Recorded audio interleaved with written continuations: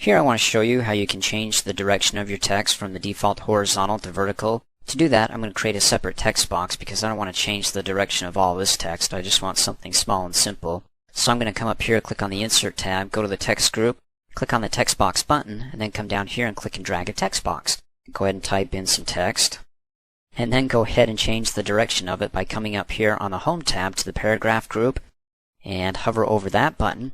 It says text direction. Go ahead and click on the drop down arrow and you get some options. You can rotate it 90 or 270 degrees, or go ahead and do it stacked. Now when you select one of those options, because it doesn't have any room down below for it to stack or to rotate it, then you want to hover over the bottom middle handle of the text box, that white square, till you can see arrows pointing in opposite directions. Then go ahead and click and drag down so it's got enough room, and there you go. It's stacked there. It's got some room. Well, it's got extra room. So to go ahead and collapse the text box so it fits around the text, you could hover over the right middle handle till you see the arrows pointing in opposite directions, then click and drag in. But I find for me that doesn't work. But for me, I'll go ahead and hover over the lower right hand corner handle till I see arrows pointing in opposite directions, of course, then click and drag up and in until it's right tight. Cool. And then to go ahead and move the text box, you can either hover over the border of it till you get a four-way arrow and then click and drag it down, or you can use the arrow keys on the keyboard, okay? And then if I want to go ahead and align the text box here so it's perfectly in alignment with the top of the text box there. As you recall, in the Advanced Shapes Formatting Training video, this works with text boxes too. Just go ahead and select this text box. It's already selected. Hold down the Shift key, click on the other one so they're both selected. Then come up here on the Home tab to the Drawing group, click on the Arrange drop-down arrow, go down to Align, and say you want to align to the top. When you click on it, it takes the lowest text box, in which case it was Spooky, and aligns it to the one that's closest to the top of the slide, which was a couple of paragraphs here. The SmartArt graphic feature is used to insert simple graphical layouts of information, like about your organization, processes, or structures. For example, I'm on slide 9 of 10. I've got the title here, GOPS Organization, and I want to insert a SmartArt graphic called the Organization Chart that outlines the relationship of the employees within the organization, like the president. It'll have a shape up at the top in a hierarchical structure because whoever's in the top shape is the head honcho, right? And then everybody below that in the relationship chart or organization chart. So to go ahead and insert this SmartArt graphic, I can do it one of two ways. One, if you have the content box like I do here, you can go ahead and hover over the green. You can go ahead and hover over that green icon, see the pop-up Insert SmartArt Graphic, click on it, opens it up, the SmartArt graphic window, or click Cancel. If you don't have a content box, you can come up here and click on the Insert tab, go to the Illustrations group and click on SmartArt. Brings up the same window, right? Let me click Cancel because I'm going to do it from the content box. Let me click on that, okay? It's divided into three sections. The window is divided into three sections. You've got the left section, which in the left section you have a list of all the categories. By default, all is selected. So over in the middle section, you have everything, all the graphics here. You can go ahead and hover over one to get the name of it, select it. When you select it over here, it gives you the details of that graphic. In fact, let's go to another category. Not showing all of them, but the list, the processes, or let's go to the hierarchy because over here, there it is, organization chart. Let me go ahead and select it, and over here in the details section I can read more about it. It says it's used to show hierarchical information or reporting relationships in an organization, which makes sense because in the hierarchy of it, whoever's on top is going to be the president and then everybody else down below. Like when it comes down and to the side, they're assistants to whoever's above them, okay? Instead of just being directly below there to the side, it would be the assistant to the president. You could have two assistants or as many as you'd like. Then you'd have maybe below them VPs and then their assistants or other employees below them in the organization chart down on the scale of importance or leadership within the organization. Okay, let's go ahead and click OK. There we go. It adds the organization chart, and then over to the side it has the text pane. So when it comes to adding text, or who's in the top shape here, or text box, you can either click in here where it says text and start typing, or come over here, you can see where the cursor's flashing, and type it there. Either way, it's both organized in a hierarchical structure because, well, the top shape, whoever's on top, the head honcho, then everybody below.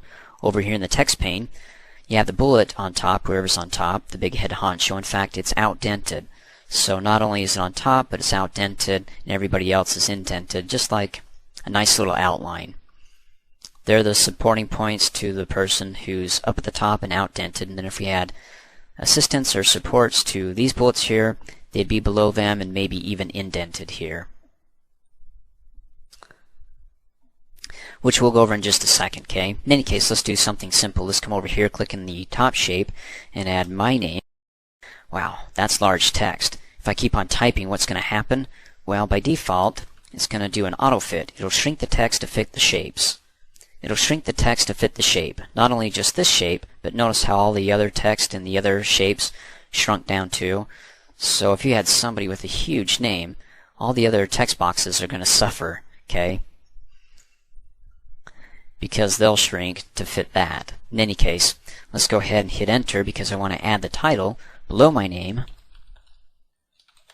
And that's it. It's that simple. You can see over here in the text pane, whatever I did over here updates it over here. Whatever I type in here will update it over in the shapes. For example, let's go ahead and click in the outline here to the next point below the president, me, and notice when I select it over here in the chart, it's got that shape selected, so I know which one I'm working on. And then go ahead and type in the name of my assistant, and that's it. Now, if I want to go ahead and add a title below her name, you don't want to hit the enter key, because if you do, it'll add the same shape, and put it over to the side because there's space over there, which, hey, by default now you know how to add a shape. There's an easier way. There are other ways to add shapes, but that's one way. In any case, let me hit undo. And to add the title to Susie Blot, hold down the shift key before you hit the enter key, so shift enter. It'll keep it within the same point here or in the same shape, but below the text, and then you can go ahead and type in. There we go. Admin assistant. Okay, you get the idea, right? So I can come down here and add all the rest of the names for, let's make them all VPs. I'll quickly type it in here.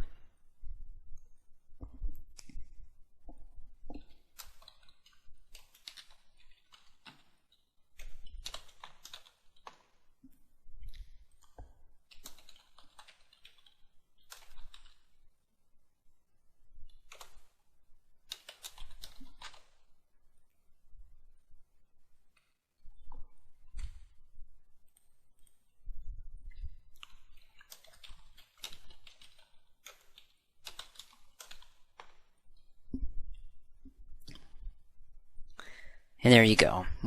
What I do in one updates the text pane, and if I did it in the text pane, it would update those corresponding shapes tied to those bulleted points. A couple of things before I go any further is that notice that the chart is about yay big. If you want to make it bigger, then hover over one of the corner handles till you can see arrows pointing in opposite directions, then click and drag. Can't make it too much bigger than that because then it'll be off the slide and we won't be able to see that portion of it in the presentation. You can also hover over the border of the chart till you get a four-way arrow, and then click and drag to move it, as we learned in an earlier training video, to move shapes, pictures, text boxes, objects, images. Just hover over the border, click and drag, or use the arrow keys. And if you prefer working in the chart, you don't want to see the text pane up, you can close out of it. And then if you're like, oops, I want to go ahead and bring it up because I want to work in it now, then with the chart selected, you can come up here to its related contextual design and format tabs, so you can design the chart. So you can go ahead and design the organization chart or format it. Of course, if you click outside of it, those related tabs disappear because, well, PowerPoint doesn't think you're working on it until you actually go ahead and click in it to select the chart. Then come up here. Let's come up here on the Design tab and go to the Create Graphic group, because here, let's start in the upper left-hand corner and go over all of these here. Is if you want to add another shape, like let's say that we want to go ahead and add another assistant to the president here, click within the shape there and then come up here and click on the Add Shape drop-down arrow, and then I can come down here and say Add Assistant, adds it over to the right, go ahead and type in the name, okay? fact, we can go ahead and add other shapes. Let's do it for Patricia. Let's go ahead and do it for Patricia. Select her shape, come back up here, click on the Add Shape drop-down arrow. Now, notice the different options you get. You can add a shape after, before, above, or below. If you add it after, it comes to the right. If you add it before, it comes to the left. If you add it above, well, of course, it'll be above, below, and below. Okay, so let's go ahead and add it before. So we got a shape that comes to the left-hand side of Patricia. So maybe another VP. And then think about it this way. We have all these VPs. Maybe we can have the organization set up in our minds that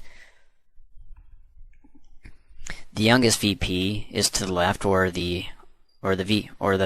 whoever's been VP the longest is to the left, and then goes to the right to the youngest here. So when it comes to moving up and being president next, if we're going by age, or if we're going by who's been VP the longest, then it would be John Buggle. Okay, let's go ahead and select Patricia again, or click inside the text box. Let me come up here and add some more shapes so we can see what it looks like when I add one below. And then let's go ahead and click on it again, add another one below that. Then if I go ahead and click on Add Shape and add it below again, it's not going to add it below Patricia, but whatever shape I have selected, so I want to be aware of that. Let me come back up here, click inside Patricia, click on Add Below again. Click on Add, let's see, Below again. There we go. And notice how instead of being directly below, it's hanging down and to the right. So I wonder what an assistant would look like if we come back up here and click on Add Shape and go to Assistant. And click off. There we go. So directly assisting the VP is going to be added below and to the left, and the others will be below and to the right. Now if I don't like the way that's laid out, and I want it more like this, where it's top to bottom, not to the sides here, go ahead and select the shape or click inside of it. Then come back up here to the Design, to the Create Graphic group, and there's the layout. Click on the drop-down arrow. Do you want it standard? Go ahead and click on it, and then now it's standard. Just like we see up above with the president here, we have him and then assistants down below to the side. So Patricia down, and the assistant is to the side, and everybody else is directly below the assistant on that relationship line. And then notice when I add more shapes, the size of the area here within the Smart Art chart here is shrinking up. So I can try to stretch it out to make it a little bit bigger, but I don't have a whole lot of room here. So if necessary, create one on this slide. If you have a huge organization, you may want to add additional slides and say, okay, now on slide 2, we're continuing down the org chart here.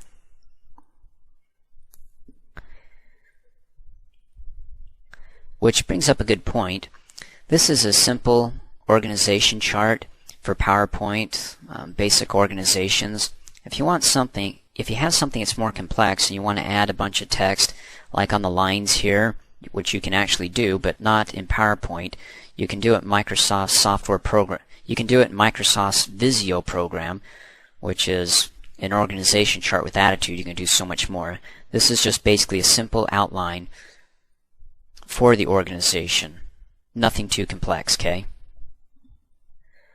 Which brings up a good point. If you want to do something a little bit more complex and work with more options and features to your organization chart, PowerPoint has it very simple. It's nothing complex. If you want something a little bit more complex, like where you can actually add text within the relationship lines here about the relationships between, well, one shape and another, go ahead and use Microsoft's Visio. That's Smart Art with attitude. In any case, let's keep it focused here. To remove a shape, all you have to do is go ahead and click on it to select it. But if you're inside it, you want to come on the outside until you want to hover over the border of it until you see a 4-way arrow. Then go ahead and click on it to select it. That way the shape is selected, so you can hit the delete key on the keyboard and it gets rid of it, okay? Let me go ahead and hit undo.